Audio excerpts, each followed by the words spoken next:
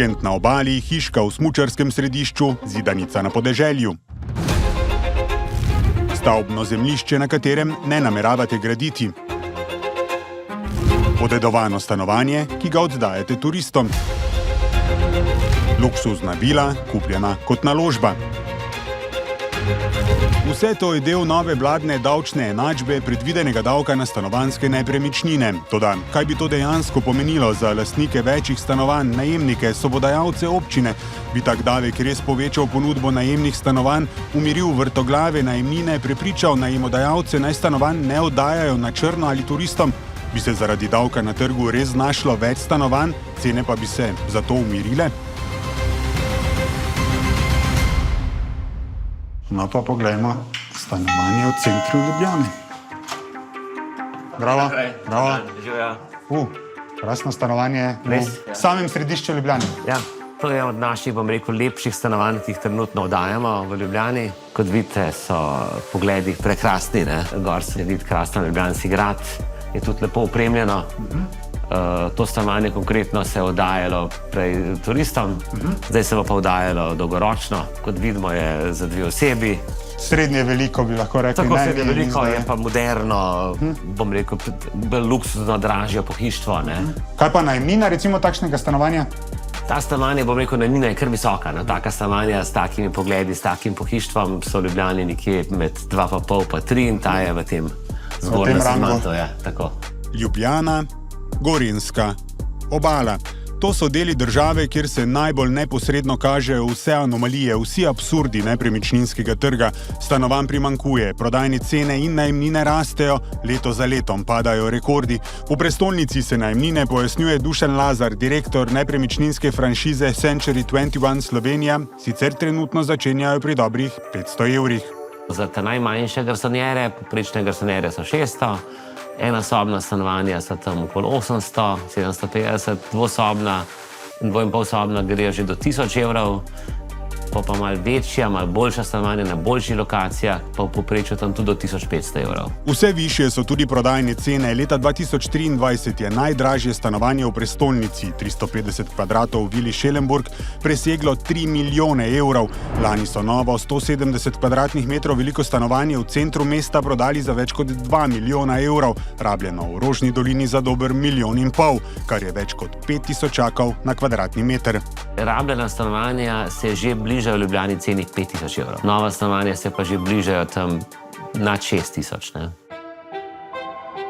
Takoj za Ljubljano je obala. V Kopru so cene stanovanj samo leta 2023 zrasle za slabo desetino, v zadnjih 5 letih za več kot polovico. Razlog stanovanj je preprosto premalo, pojasnjuje koprski župan Aleš Bržan. Po zadnji raziskavi par let nazaj je bilo 2800 stanovanjskih enot premalo v naši občini. Jasno, to poskušamo rešiti za dodatno gradnjo, z sprejemanjem prostorskega načrta, ampak še vedno to ne bo rešeno. Treba izkoristiti tudi tiste možnosti, ki so že na razpolago, torej aktivirati tiste nepremičnine, ki so danes še nerešene zaradi lastniških razmerij in hkrati prazna stanovanja oziroma lastnike praznih stanovanj, ki so že možna za bivanje, motivirati za to, da se tudi napolnijo. S pomanjkanjem stanovanj in visokimi cenami se ubadajo tudi na Gorenjskem, v Kranjski Gori in na Bledu so cene nepremičnin v zadnjih 5 letih zrasle za več kot 80%. Novogradenj medtem praktično ni, pojasnjuje direktor družinske nepremičninske agencije Makler Bled Borut Kordež. Zadnjih mogoče 3-4 leta so se zgradile 3-4 stavbe z nekaj stanovanji, tako da povpraševanje po teh stanovanjskih enotah se je pa nesorazmerno povečalo.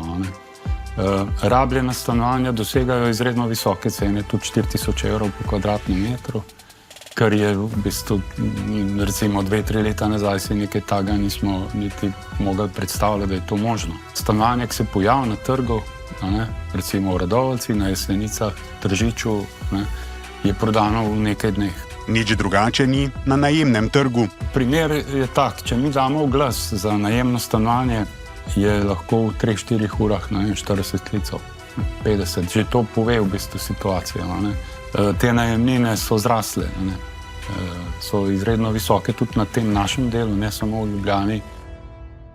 Ker so cene astronomske, stanovanja dandanes večinoma kupujejo le premožnejši. Tisti, pojasnjuje Maša Havlina, sociologinja z Nevladnega inštituta za študije stanovanj in prostora, ki imajo svoje stanovanjsko vprašanje že rešeno. Medtem ko vedno več drugih je ravno zaradi tega, na račun tega, da pač se cene lastništva tako višajo, so prisiljeni v bistvu ostajati na najemnem trgu in to tretirati kot neko trajno rešitev stanovanjskega vprašanja, čeprav je izredno nestabilna, pogosto izredno draga.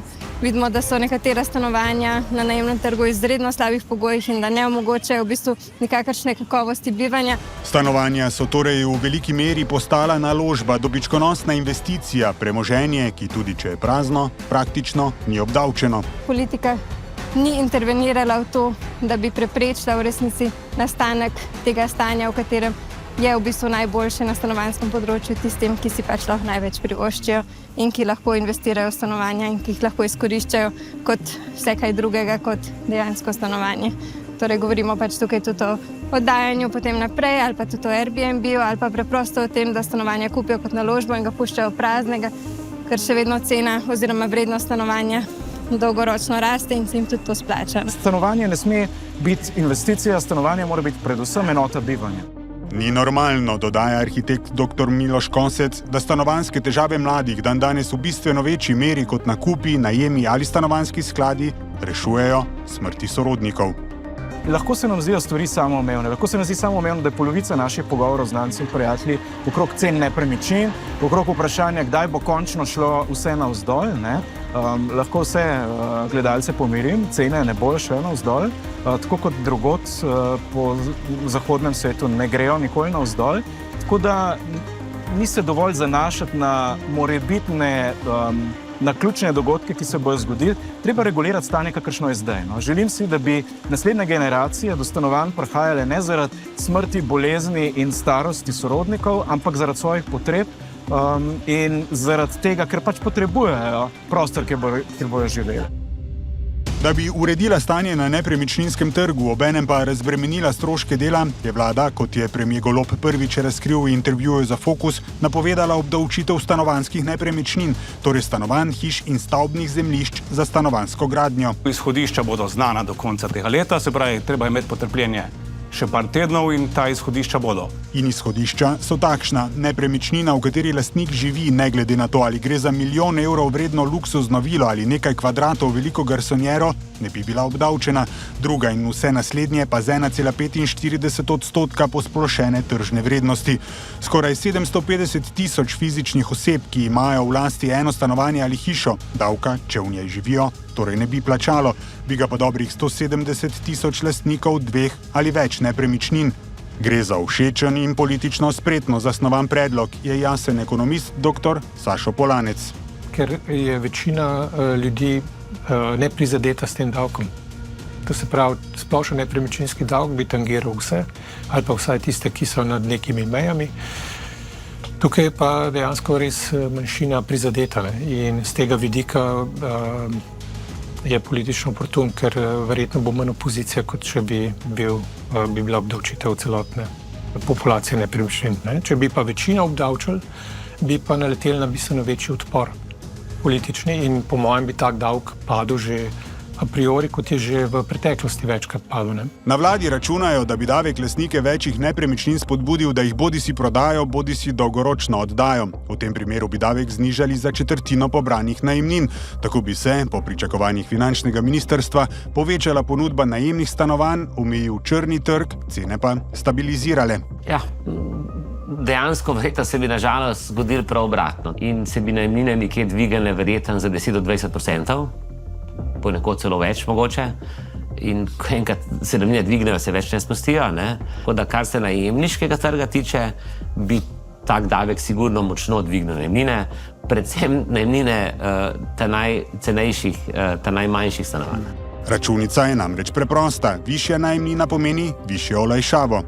Je tukaj nevarnost, da se v bistvu ta davek prevali v višje najemnine za najemnike, ki že tako pogosto težko pokrivajo najemnine, ki jih imajo trenutno. In v resnici oni nimajo trenutno nobenega mehanizma, da bi to preprečili ali pa da bi probali to nekako zamejiti. ker nimamo podatkov tudi recimo o stanju na najemnem trgu, ki bi bili pač kakovostni. Ne? Vemo, da pač ogromno je nekega najema na sivo, na črno, kar bi sicer ta davek lahko nekako prispeval k temu, da bi bilo malo bolj jasno o stanju, ampak še vedno pa pač, če je cena tega potem prevaliti večja bremena na tiste, ki so na stanovanjskem trgu v resnici najbolj ranljivi, se to zdi slab davek ali pa slab ukrep. Po drugi strani je težava, da nihče, niti država, ne ve natančno, koliko stanovanj in hiš v državi je dejansko praznih. Jaz mislim, da v času, ko je baze podatkov razmeroma zelo lahko ustvarjati, ki jih tudi imamo za druge davčne namene, imamo obsežne baze podatkov, je seveda to pomeni, ne da jih ne moremo ustvariti, ampak da jih nočemo imeti. To je skratka načrtno stanje. Ocene so, da jih je samo v Mariboru skoraj 6, v Ljubljani več kot 11 tisoč. To je 11 tisoč stanovanj, ki bi bistveno boljšo funkcijo tako lastnikom kot vsej družbi izpolnjevala, tako da bi v njih nekdo živel. Ni pomembno, gre za lastniška ali najemniška stanovanja. Samo da stanovanja izpolnjujejo svojo primarno funkcijo. To je, da so nekomu dom. A vprašanje je, kje so ta prazna stanovanja, v kakšnem stanju so? So torej sploh primerna za dolgoročno oddajanje? Tle pri nas je zelo veliko takih, ki imajo več nepremičnin v lasti, ampak seveda ti turistični kraji, če govorimo o Bledu, omogočajo tem ljudem, da te enote spreminjajo potem enote za kratkoročno oddajanje v najem. Ta presežna ponudba teh nenaseljenih, možno praznih stanovanj je predvsem na periferiji, po možnosti v turističnih centrih. Ta ukrep ne bo spodbudil povečane ponudbe, vsekakor pa ne bo povečal dostopnosti stanovanj tam, kjer so potrebna, tam, kjer so delovna mesta. Glejmo še apartma v Marezigah.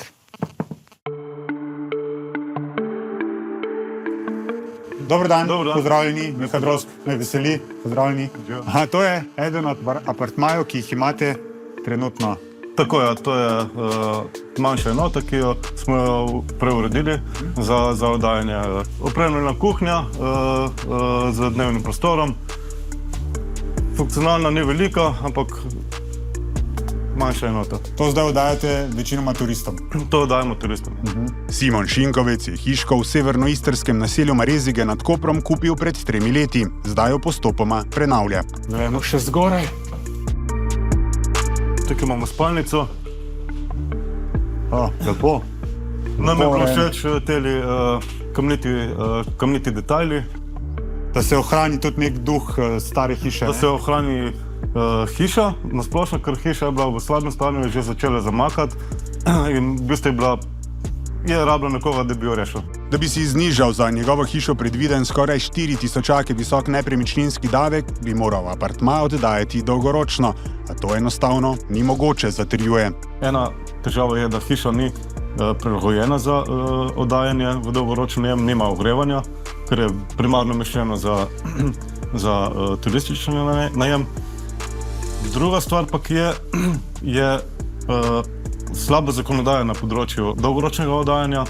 Recimo, zadnjič sem bral zgodbo gospoda, ki se 3 leta ni mogel znebiti podnajemnikov. Na nogah so zato v združenju sobodajalcev. Ob napovedanem nepremičninskem davku jih skrbi tudi z novim zakonom o gostinstvu predvidena omejitev kratkoročnega turističnega oddajanja. Če bo prišlo do sprejetja tega nepremičninskega davka, pomeni, da v nekem trenutku se bojo ljudje nehali ukvarjati s sobodajalstvom, turizmom nasploh, ker dejansko ne bodo mogli vsega skupaj peljati na ta način, ker bo ta davek tako vklestil oziroma tako jih bo brnil, da dejansko ne bodo mogli speljati svoje dejavnosti naprej. Po drugi strani je dejstvo, število stanovanj za oddajanje na spletnih platformah se je od leta 2015 povečalo za 5-krat. Kaj bi torej v primeru nepremičninskega davka storili sobodajalci, ki ob kratkoročnem turističnem oddajanju ne bi bili upravičeni do 25% davčnih odpustkov? Simon Šinkovec pravi, da bi pač čakal. Mi bi si verjetno privoščili nekaj časa, sem pa prepričan, da marsikdo tega ne bi mogel zdržati. Glas so že dvignile tudi občine. Nasprotujejo ob sprejemu nepremičninskega davka predvideni ukinitvi davka na premoženje, ki se zdaj steka v občinske proračune. Čeprav z njim vse občine skupaj poberejo le dobrih 10 milijonov evrov na leto, ob morebitnem izpadu napovedujejo zahtevo za oceno ustavnosti. Mi kot lokalne skupnosti se bomo upirali vsakemu izpadu, glede na to, da smatramo, da smo podfinancirani, predvsem mestne občine. Ampak treba je ugotoviti, če temu bo res tako, dokler ne osnutka zakona, še prezgodaj govoriti o tem. Usoda davka je za zdaj še precej negotova. Do danes je finančno ministrstvo zbiralo pripombe na izhodišča, ki so, je jasna Maša Havlina, precej ohlapna. Zdi se, da so bila zelo na mah narejena. Jaz tudi nisem še videla v resnici, da bi vlada dala ven v javno obravnavo predlog izhodišč, kar se zdi, da je že tako pač res 3 korake oddaljeno od tega, da bi bil to resen predlog za ureditev področja ali pa za vpeljavo nepremičninskega davka. Premoženje, je jasen dr. Polanec, bi morali, če že, obdavčiti bolj sorazmerno. Konkreten primer, 1 milijon evrov na banki oziroma 1 milijon evrov vredna nepremičnina. Ker naenkrat bo nekdo obdavčen, se pravi za ta 1 14 500 evrov, medtem ko bo milijonar v banki obdavčen samo za dohodek, ki je obdavčen, se pravi za obresti. Z vidika davčne pravičnosti absolutno to ni pravično. Kljub temu že vznikajo ideje, kako se plačilu morebitnega nepremičninskega davka izogniti. Vidi se že, da ljudje množično prepisujejo nepremičnine na družinske člane. Velika verjetnost, ko bo ta zakon oblikovan, da bodo vsi razmišljali, tako kot danes počenjajo to z vrtci, torej 2 starša, ki se prijavite na različnih naslovih za to, da uveljavljate večjo olajšavo kot manjše gospodinjstvo. Torej velika verjetnost je, da se bo tudi to želelo zgoditi, da bosta 2 partnerja pač prijavljeni 2 nepremičninah, da ne bi bilo obdavčeno. Davek, ki predvideva preveč izjem, je v nevarnosti, da bo postal samo všečna kazen za najbogatejše, ki se jih bojo pa najbogatejši z lahkoto izognili. Kljub vsem pomislekom in nasprotovanju, dodaja dr. Kosec, je po 35 letih pasivnosti države vendarle nujno, da to področje enkrat za vselej uredimo. Mislim, da bi morali ponotraniti, da je pravičen, ne pretiran, ampak vseeno občuten nepremičninski davek nujen sestavni del lastništva in da je treba vzpostaviti glede tega nek družbeni konsens.